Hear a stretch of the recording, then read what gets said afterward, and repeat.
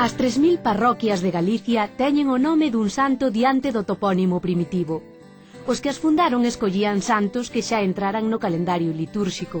Por iso é moi probable que fosen fundadas antes do ano 1000 as parroquias que teñen como patroa Santa María, Santa Valla ou Santa Comba, ou ben un apóstolo, ou ben os santos Paio, Vicenzo, Martiño, Adrao, Tiso, Salvador, Fiz ou Cobade.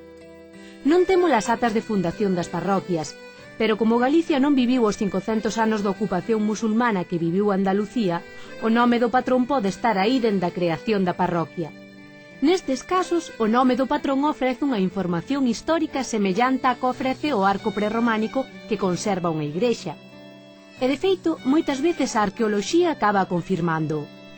As escavacións no lugar de Adro Vello, no Grove, confirmaron que o xacemento é de época romana, e que o culto a San Vicenzo ali é moi antigo, aínda que no século XVIII trasladasen o templo a un lugar máis interior. San Fiz e San Cobade eran irmáns e morreron mártires en Xirona no século IV. Axiña tiveron culto no 25 de xullo. Cando nace en Compostela o culto a Santiago con festa no mesmo día, é curioso que a súa igrexa foronlle a facer ao pé da de San Fiz de Solovio, que xa estaba ali. E en Vilalba hai tamén unha parroquia de Santiago de San Cobade, que era o patrón anterior. Como se ve, o nome do patrón da parroquia é tamén un documento toponímico de valor histórico. Por iso respeta o nomenclátor de Galicia. Borralo sería destruir un anaco de historia local.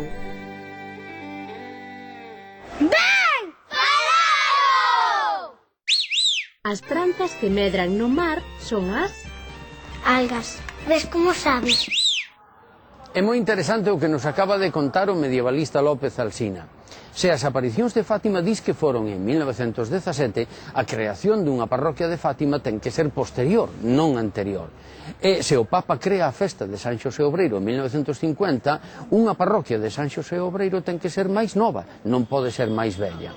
Pero pola mesma razón, unha parroquia que leva o nome dun santo primitivo como son os apóstolos, ou Santa Xusta ou Santa Valla, pois é unha parroquia primitiva, con moitos anos. San Fiz, que está aquí detrás, ten que ter máis de 1000 anos. Xa ven, nunha lingua todo ten significación, mesmo o nome do patrón da parroquia. Abur.